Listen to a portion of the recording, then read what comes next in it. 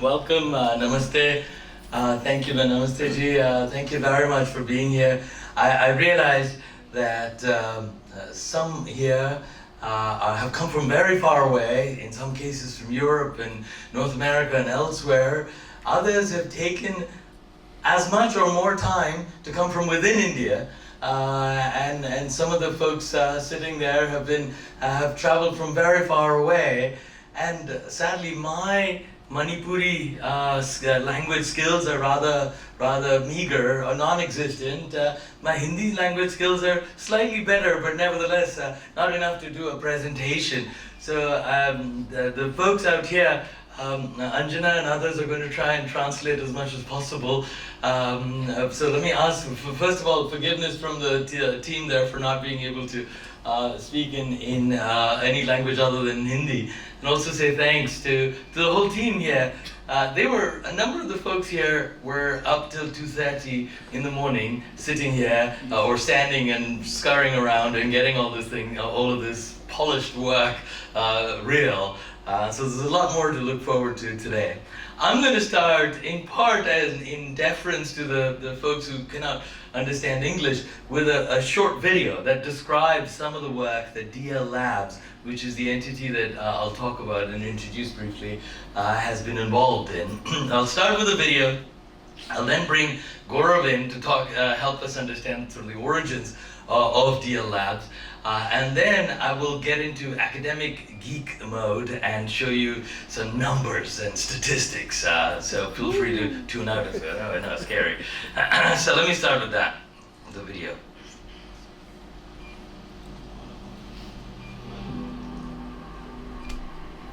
ये धर्मा लाइफ से जुड़ी हूँ तो समाज के लिए मुझे थोड़ा बहुत उनको आगे बढ़ाने के लिए करना। गाँव में बहुत सारे मतलब महिलाओं से मिलती थी तो उनका यही रहता था बस वो बड़ी होकर अच्छी सी पढ़ाई करें और उसके लक्ष्य को प्राप्त करें, बस यही होगा। A research project that I'm doing together with Dharma Life looks at the impact that being a sales entrepreneur has on the individual. And in particular, we're looking in a context in India where rural women get the opportunity to become an entrepreneur and to start selling social goods towards villages surrounding them. And how is this going to impact gender empowerment? Dharma Life was initially a student project during my MBA. It was conceived in one of the entrepreneurship classes, and then a group of my classmates came to India. The idea was, how can we create livelihoods for unemployed or underprivileged men and women in villages? Since then, we moved to a women-first model as Dharma Life, and when we identify women entrepreneurs, they usually are from various backgrounds, but mostly they're underprivileged, either from an income perspective, or they would be women who are not really in the forefront. They don't leave their houses, they're part of the family, and there's a lot of kind of gender biases in the communities we work in. औरतों का काम करना लोग इस सोचते हैं कि ये बाहर कैसे निकल तो दो तीन बातें बनानी उनके कहते हैं कि ये बाहर जा रही है, ऐसा होगा वो होगा, लोग क्या कहेंगे कि बहू बेटी बाहर काम कर रही है ऐसे। गुजर लोग बात नहीं करना पसंद करते थे। मैं कहीं से निकलती थी थोड़ा बहुत ऊपर नीचे तो भी वो ऐसे कहते थे कि ये बहुत सही नहीं है विद्या जी। उनके लिए थोड़ी कठिनाई आएगी क्योंकि एक एज के हिसाब से बाहर निकलना बड़ा मुश्किल होता है। उनको नजरअंदाज करने की कोशिश करेंगे। उन्हें मैं यही कहूँगी कि कोई बात से घबराओ मत, केवल अपने लक्ष्य की तरफ ध्यान दो। A lot of the women here cook on fire. So these Dharma Life entrepreneurs educate rural women on the need for clean cooking, and after educating the women on these needs, they offer them with the opportunity to buy these clean cooking stoves, including full service. घरों में जाके अगर उन महिलाओं को प्रोत्साहित करें, जैसे चूल्हा जलाती है महिला तो उसके बारे में समझाएं कि चूल्हा जलाती हो तो उससे कितनी प्रॉब्लम होती है, धुआं होता है, धुआं से आँखों में जाके आँखों से क्या मोतियाबिंद की प्रॉब्लम होती है, धुआं होता है जो अपने पेट में जाके मुंह से अंदर जाके फेफड़े वगैरह खराब करके और उससे क्या दमा वगैरह सांस की प्रॉब्लम हो जाती है। उस कारण इंडक्शन का यूज़ करोगे तो कोई प्रॉब्लम नहीं होगी, आपको कहीं पे भी ले सकते हो, ला सकते हो, जैसे कि पंखे में भी चला सकते हो। चूल्हा मतलब गैस होता है वो पंखे में नहीं चला सकते हो आप। What we see with the rural Dharma Life sales entrepreneurs is that the women get very empowered. They're exposed through new contexts. They have to interact with different people. And all these dimensions actually lead to great empowerment. So as example, we see them creating own identities in the village, getting more respect, but also dynamics within households change. So the woman gets more status and actually takes up more leadership activities within the community. अब जब मैं धर्मा life में जुड़ी हूँ, अब वो जैसे उनकी कोई प्रॉब्लम होती है मैं उनकी सोल्व करती हूँ। उन्हें राशन वगैरह ये नहीं मिलता था, काफ़ी गरीब लोग हैं, तो बुजुर्ग भी है, गरीब भी है, बेचारों के नहीं हो पाता था। तो मैंने कहा ठीक है अपन मैं कुछ करूँगी। तो जैसे मैं उनको जाके फिर मैंने मतलब चुपचाप से जाके वहाँ शिकायत करी कि भाई इनको क्यों नहीं मिल रहा, कितना आ रहा है, क्या है। जैसे मैंने उनको शिकायत करी तो वो लोग घूमने आए, वहाँ देखा उन्होंने कि किन किन को, तो मैंने 5-10 लोगों को इकट्ठा करके मैंने कहा हमारी सुविधा नहीं पहुँच पा रही, और सारे गांव में आराम से आ रहा, कोई भी व्यक्ति ऐसा नहीं जो राशन से वंचित है। कोई भी समस्या हुई तो वो लोग, अब जब मैं जाती हूँ ना तो बाहर खड़े रहते हैं और आते ही मुझे ये बोलते हैं कि बेटा पहले हमें ये बताओ, हम कब से तेरा इंतजार कर रहे हैं। बुजुर्ग लोग बात नहीं करना पसंद करते थे, मैं इज्जत देते हैं, सम्मान देते हैं मेरे को।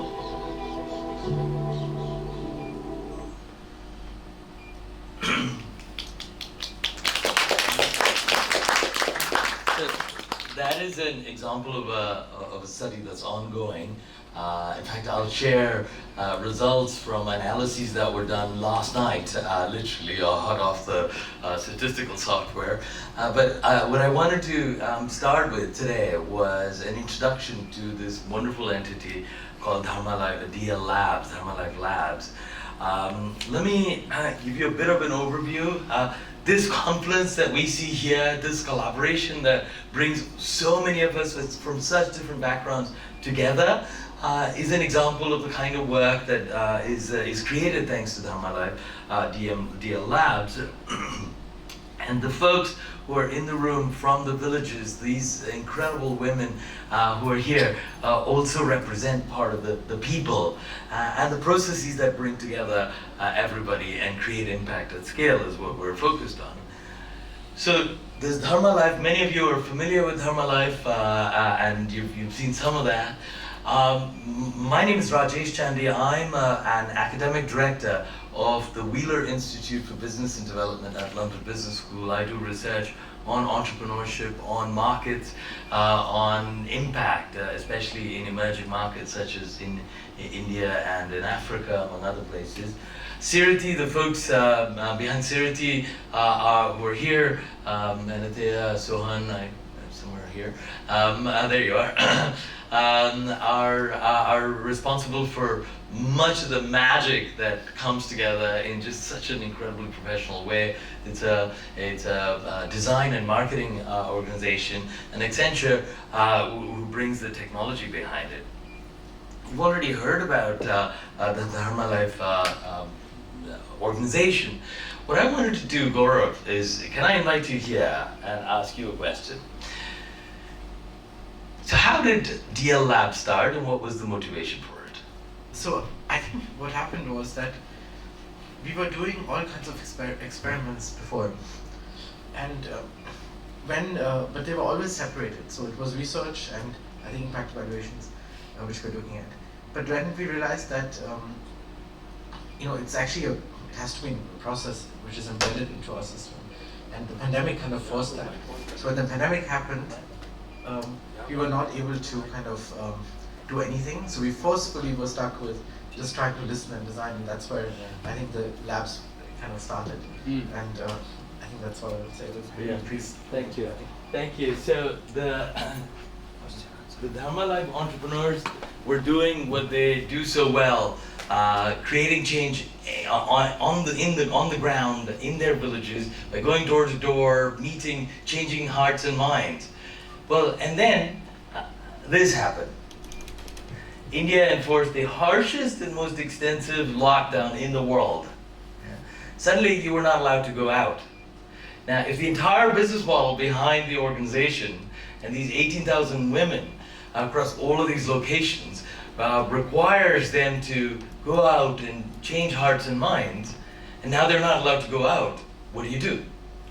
So this forced us to go from this model, this model going door to door, to this model where we would get on calls on Teams. This is the amazing thing about technology and the change that India has seen over the last few years. We would get on Teams and asked the women what is actually happening, because you had this almost like a fog of war, what people call this, information coming of all kinds that were often contradictory. What was actually happening on the ground? And when we asked people what was actually happening on the ground, we heard heartbreaking stories and yet inspiring stories. And we heard about the kinds of needs that folks in the villages had. And they boiled down to the kinds of things we were talking about here. What happens to livelihoods? What happens to the environment around us? What happens to our children and their education? And that understanding, both through the combination of on-the-ground experience and these remote conversations facilitated by technology, led to the creation of a systematic process that has now led to several studies. We have a whole bunch of studies. I'm going to focus on 2 studies today and share, and this is where I go into academic geek mode. I'm going to share 2 studies that describe some of the work that are happening, and to Dr. Mathur's point, these both revolve around livelihoods, earning money, but also going beyond earning money. And I was implicit in what Dr. Mathur was saying, the dignity, the self-confidence, the recognition, what they call pehchan in the villages, that comes from actually having a job. And you see in each of the entrepreneurs here that ID with the Dharma Life tag, and the pride that comes with that association, that engagement. What does that imply? The first study that I'm going to describe is around resilience during shocks. In this case, around COVID and the extraordinary shock that COVID represented to lives, to livelihoods in rural India. And then I'm going to switch to some very early results on gender empowerment, which is a core of what Dharma Life does. And I'll share some early results, preliminary results on the impact of working as a Dharma Life entrepreneur in the traditional sales format on gender empowerment. Now, although I'm going to focus some of my discussion around the COVID shock, I see Mithilesh, who's a PhD student at London Business School here. Mithilesh does a lot of work around climate shocks and its impact. Again, relating back to the kinds of things that Dr. Mathur has been saying. Some of these insights can be perhaps generalized to those as well. Now, we have some policymakers, Armstrong and many others here, who can talk about the thousands of programs that governments around the world, including in India, provide in the context of shocks to help ensure that those who are hit hardest, who are the most vulnerable, are protected and supported. Now, the remarkable reality of these government programs is that, except for a very small number of them, many of these are not taken up by the very people who could benefit the most from them. Many of these programs are not taken up by the people for whom it was designed. They were designed.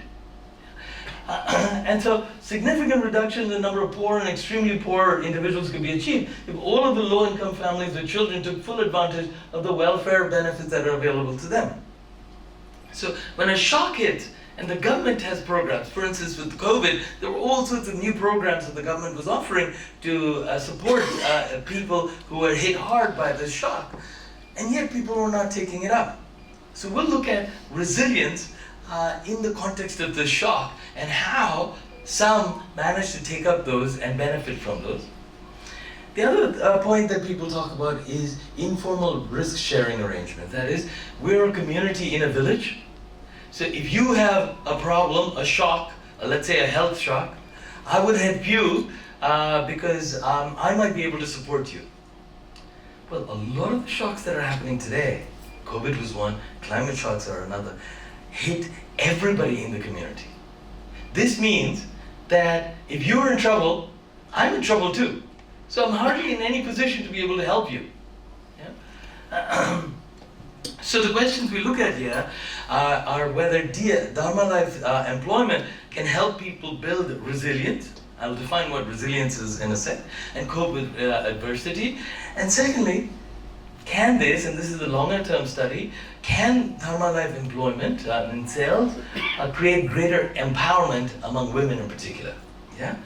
And then the question is, how does such employment create empowerment and resilience? And finally, who benefits most? Again, this is early days. Who benefits most from Dharma Life employment? Yeah. Now, it seems like an easy thing to do. I could have stopped with just the video, yeah, and the video tells 1,000 stories. But the problem with just showing a video is that a lot of people have lots of heart-tugging videos. Not all of these heart-tugging videos represent impact at scale. You don't know, we don't know, whether this is unique to an individual. Perhaps some of the individuals who are here from the villages today, who are selected. Yeah? Is this unique? Is it the case, for instance, if you want to look at the impact of Dharma Life employment on empowerment, could it be actually that the causality works the other way around? That is, it's empowered women who take on jobs in rural India after all. We don't know. Right? If I bring an empowered woman who happens to be a Dharma Life entrepreneur, we don't know if she was empowered to begin with. Or could it be what's called omitted variables in academic jargon? Could it be that smart women become empowered? Now it just so happened that the Dharma Life managed to select smart women. Yeah, the most qualified women in the village.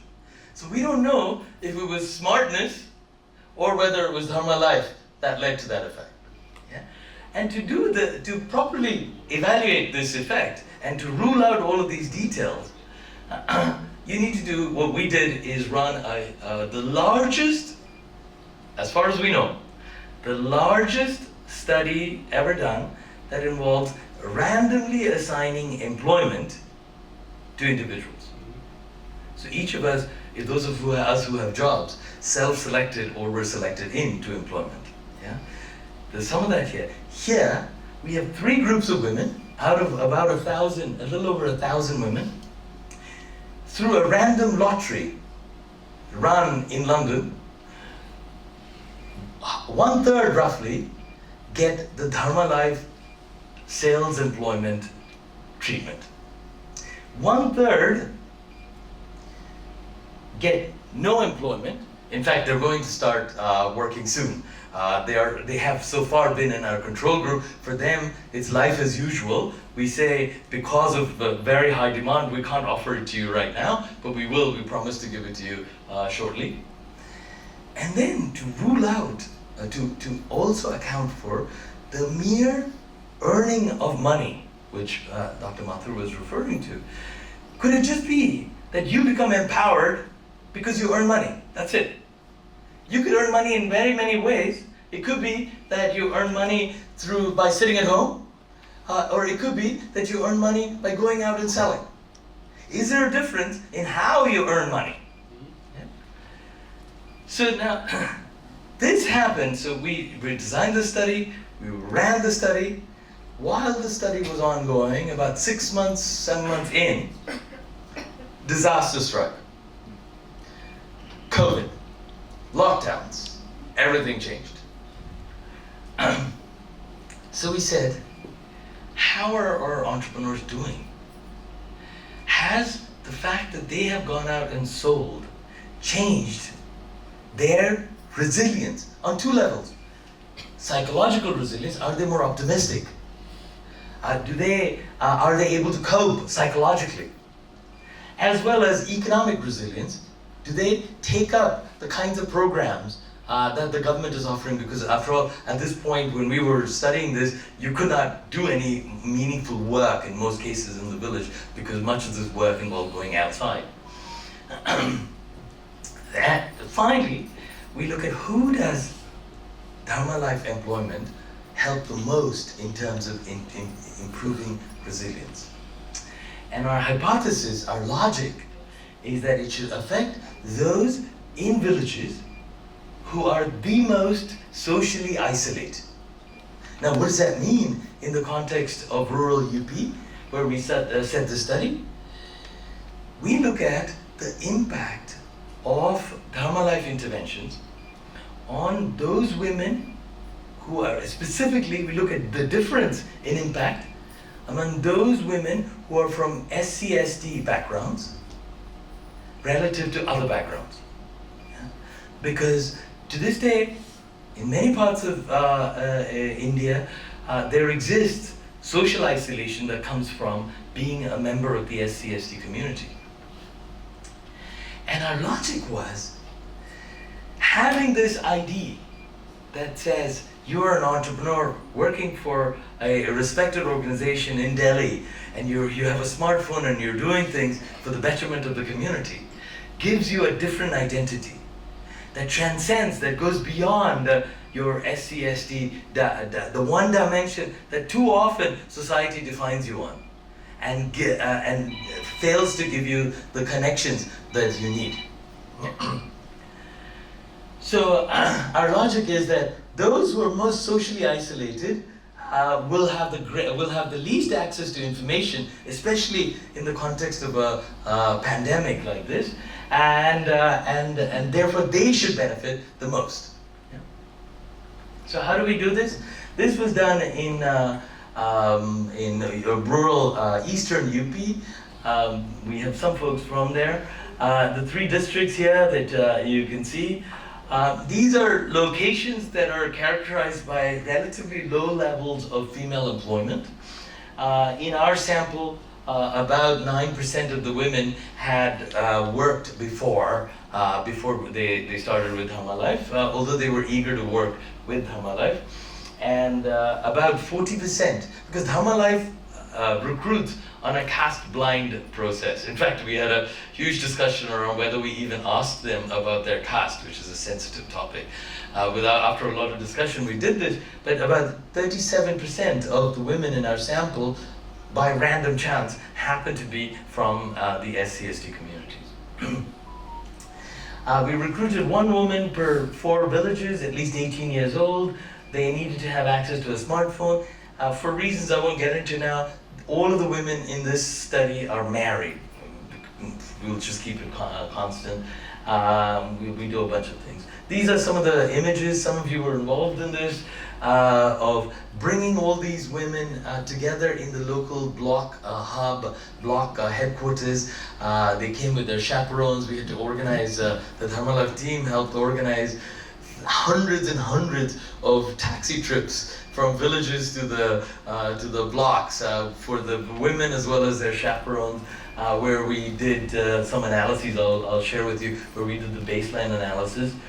And as I mentioned, through a random assignment, we have 3 groups of women who are otherwise equal. I'll spare you the details, but trust me on this, they were equal on virtually every dimension. Their age is equal, their self-confidence is equal, their number of family members is equal, their income level, their access to TV, computers, everything is equal.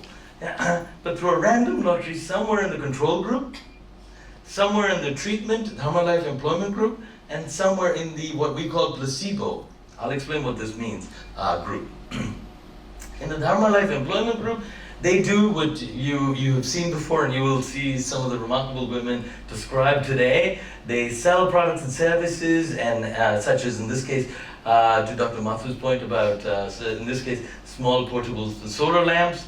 And the nature of this employment is that if you perform better, you get paid more. Yeah? The nature of this employment is that there's uncertainty around the level of payment and the level, whether or not people will buy. Yeah? You have a choice, and this is especially important to the rural women in our sample. You have the choice in the amount of time you spend per week and when you spend it. So the nature of the effort is the choice, and you can work independently. Well, in the placebo employment group, they have all of these, and they earn the same amount of money as those in the sales group, except they work from home. They work on more or less the same products. but they work as product testers. So this lady, for instance, is dropping a solar lamp into the water to see if it's waterproof, and it remains waterproof. And you could you could do product use studies, market research of various kinds. They do all of this, working with Dharma Life, earn the same amount of money, all of these characteristics, and the point is to rule out the effects of a whole bunch of things. Income. So it's beyond income.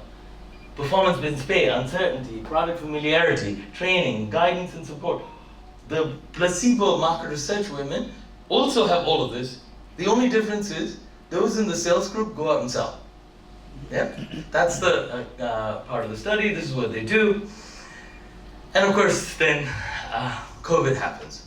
Going out and selling changes dramatically. And the first wave, there weren't as many deaths. And then you had the scary Delta wave. You all have experienced this. I won't go into too much detail, just devastation. I'm going to share results very quickly on two dimensions. One on around resilience to the COVID lockdown. That was data collected in June 2021. And then at the end, gender empowerment. That's data that's being collected right now, starting October 2023. That's a process that's still ongoing on gender empowerment. I'm going to start with psychological and economic resilience. And I'm going to show you some graphs. And forgive me for the stats here, but I'm going to show you some graphs. And the way to read these is you have the control group on this side, you have the sales group, and you have the placebo group. What this shows is whether you were aware, the percentage of women who are aware of the various relief programs offered by the government. And what you see in that middle graph is that those who went out and sold were more aware of the relief programs, which is a necessary condition to actually to make use of it. And now this is the same graph, except higher caste versus lower caste. Lower caste is SC/ST. And what you see is that the middle graph is highest for those from the SC/ST group who went out and sold. It's lowest for those from the SC/ST group who are in the control group, and it's this, the one there. This.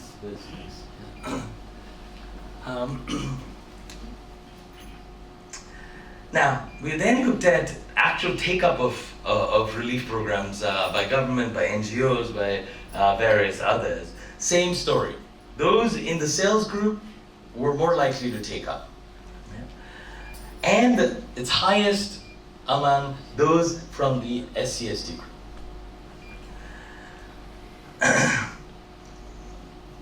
Now then I'll show you some numbers on psychological resilience. Here, lower is better, because the question is, in the future, things will be a lot worse. Do you believe that or not? Yeah. And those who are in the extreme, those who say yes, 4 or 5 on that percentage is about 20% in the sales group, but it's 35%. In the future, things will be a lot worse. Is 35% among those in the control group. And once again, it's the in the future, pessimism about the future is the lowest among those from the SC/ST group who are in the sales group. Same pattern. Inability to cope. Will I be able to adapt? Will I be able to overcome hardship? Now here, it appears that just earning money seems to have an impact. Yeah, you feel you don't need to necessarily go out and sell. Just knowing that you can earn money seems to allow you to be resilient in your ability to perceived ability to cope. Once again, same pattern. It's worst among those from the lowest castes, but also the best for those who have employment among the lowest castes. And why is that? Oops, sorry. Why is that? Well, they have connections. Those who go out and sell meet people. Those who go out and sell meet important people in the villages.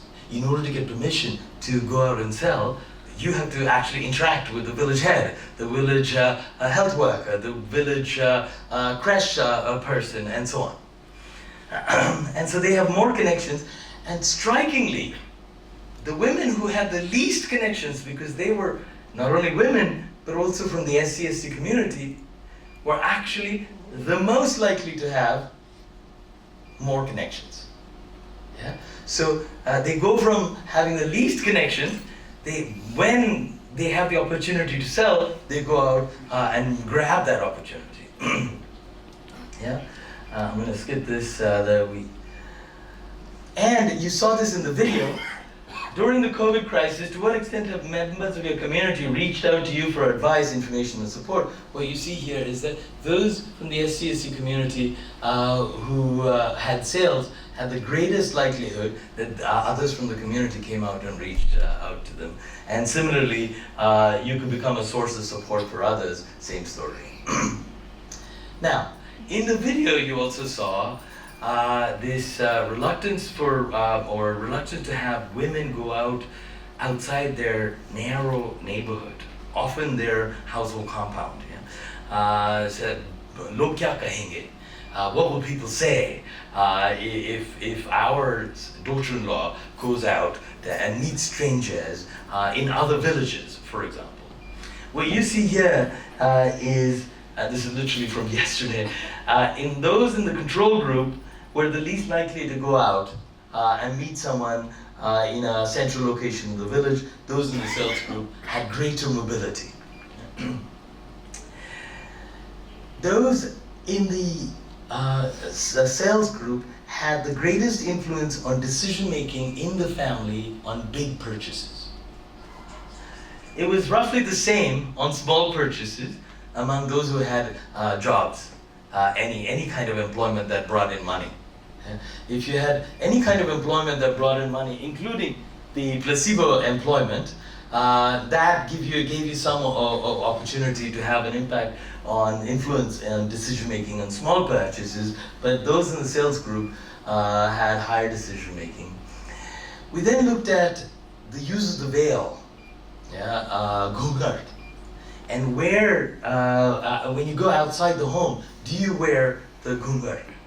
And what you see is that those in the sales group are less likely when they go outside to wear the ghungar, as another example of the transformation that happens to them. I could show all this with numbers. What we also have done is videos of 1,448 women before and after in each of these three conditions. So what I'm going to show you is just a short snippet for the same person before and after, and then of course we also have the same thing for the placebo group and for the treatment for the control group. So this is one. I've muted it, so now you understand. And if you look at the person and try to assess things like self-confidence, extroversion, the extent to which she does that, versus 4 years later, having gone out and sold.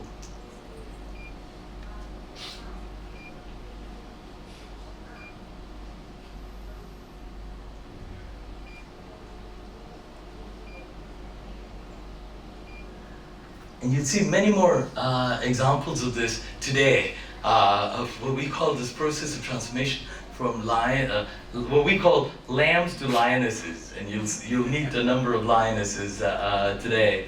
One last example: known by your name rather than so and so's mother or so and so inki ma or inki bahu.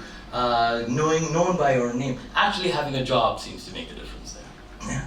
Anyway, I'll end with this. sales employment, what we showed through this rather elaborate exercise is sales employment can have a positive impact, higher awareness, higher take-up of relief, less pessimism, wider set of connections, and initial results on greater employment. Thank you very much.